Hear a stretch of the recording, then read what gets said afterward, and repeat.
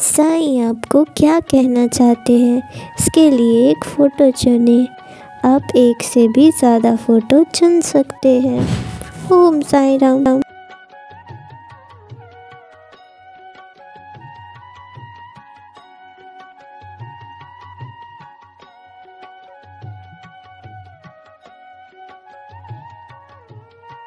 ओम साईं राम। पहली फ़ोटो, अपने माथे पर बाबा की विभूति लगाएं। सारी विपत्तियां समाप्त हो जाएंगी। मन में रखी इच्छा पूरी होगी। आपको पिछले अच्छे कर्मों का समर्थन प्राप्त है। केवल अन्न का दान करें, फिर सब इच्छा अनुसार होगा। जल्द ही गुरु पुष्यामृत योग है। उस दिन आपकी मनोकामनाएं पूरी होंगी। मेरे बच्चे, मैं जानता हूँ कि तुमने जो कार्य शुरू किया है उसमें अभी बहुत सी बाधाएं आ रही हैं। तुम हर रोज़ यही सोचते हो कि आज मैं अच्छे से काम करूँगा, लेकिन नहीं कर पाते। तो मेरे बच्चे, मैं तुम्हें बता दूँ कि जब भी कोई महान कार्य करने के बारे में सोचता है तो प्रकृति भी उसकी परीक्षा लेती है। तुम्हें यूं ही तो कोई बड़ा पद नहीं मिल जाता ना। उसके लिए तुम्हें उन सब बाधाओं से लड़कर आगे बढ़ना होगा। वो तुम्हारी परीक्षा लेती है कि कहीं तुम थक कर हार ना मान लो। और अगर जो तुम हार मान गए तो ये मौका फिर वो किसी और को दे देती है। इसीलिए इस मौके का फ़ायदा उठाओ और मेहनत करो। मैंने तुम्हें ये मौका दिया है और इसको यूं ही गवाओ मत। मैं तुमसे बहुत प्यार करता हूँ, लेकिन काम तो तुम्हें ही शुरू करना होगा ना। अगर तुमसे एक साथ बहुत ज़्यादा काम नहीं हो पा रहा तो कम से कम एक नियम बनाओ एक काम करने का। उसके लिए समय निर्धारित करो और उस वक्त चाहे जो हो तुम्हें वो काम करना चाहिए, ऐसा मन बनाओ। धीरे धीरे कर तुम बहुत से काम भी कर पाओगे। मेरा आशीर्वाद है तुम्हें। निरंतर मेरा ध्यान किया करो। मन में जब भी खाली बैठे हो ओम साईं राम ऐसा कहते रहा करो। इससे ना जाने तुम्हारे कितने जन्मों के पाप मैं धो देता हूँ।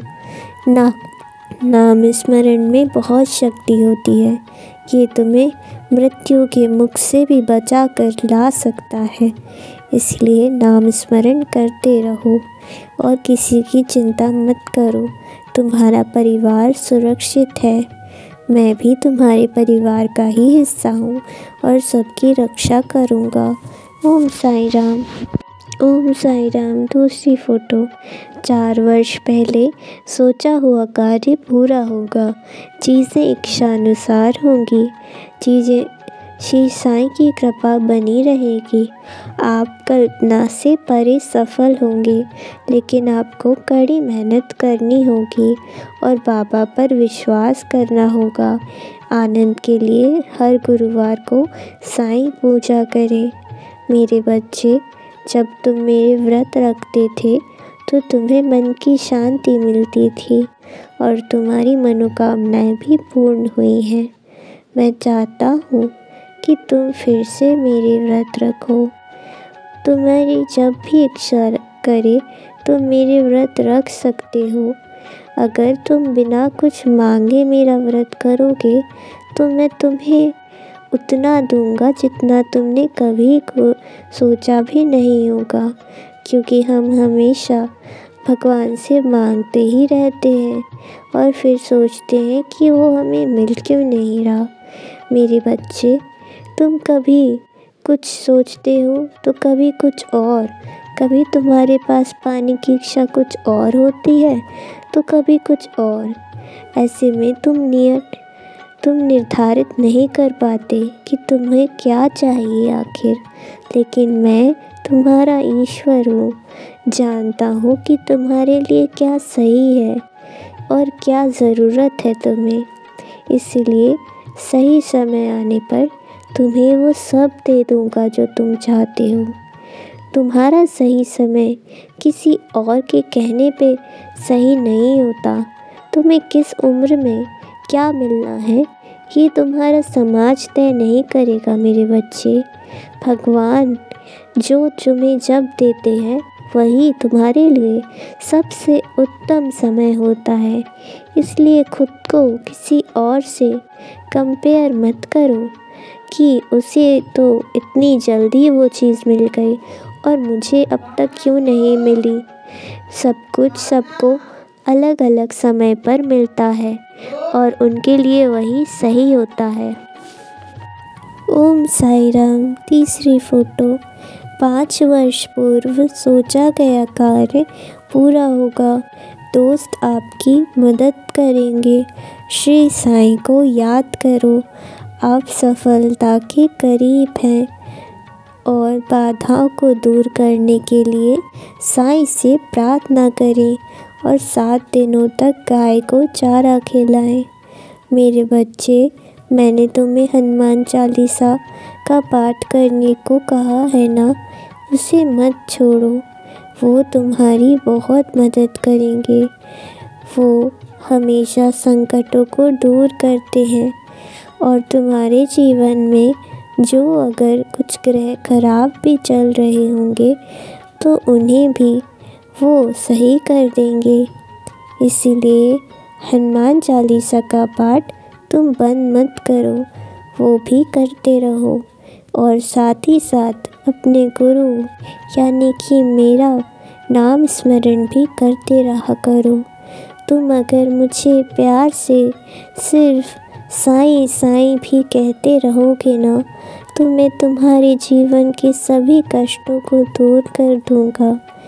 इसीलिए नाम स्मरण करो और जो तुम्हें कोई परेशान कर रहा होगा ना वो भी अब नहीं करेगा। मेरा आशीर्वाद है तुम्हें। तुम्हारे अंदर बहुत शक्ति है।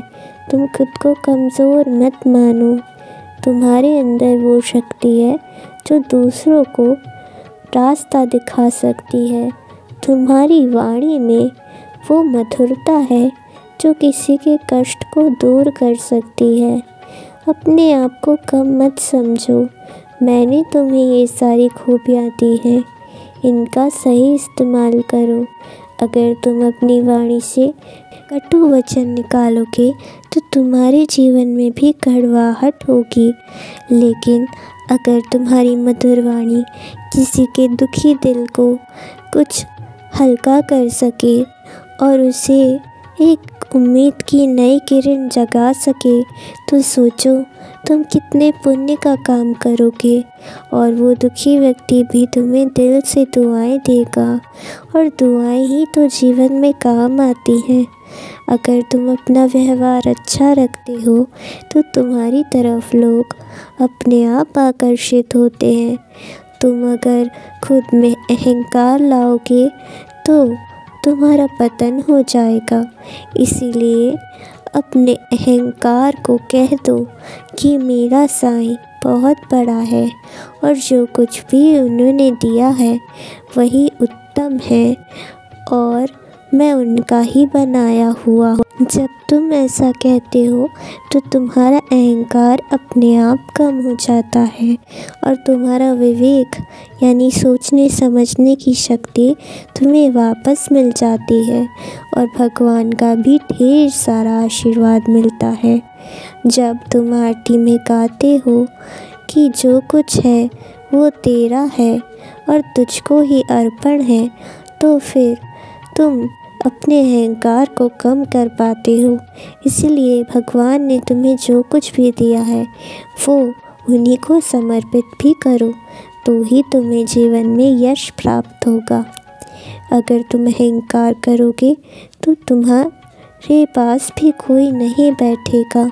इसलिए अपने आचरण को अच्छा रखो। अहंकार तो रावण जैसे महाशक्तिशाली राक्षस का भी नहीं टिक पाया, फिर तुम क्या हो। इसीलिए सबसे नम्रता से पेश आओ, किसी को भी दुख मत दो। यही जीवन जीने का अच्छा और सच्चा तरीका है और यही जीवन तुम्हें खुशी और सुख भी प्रदान करेगा। ओम साईं राम।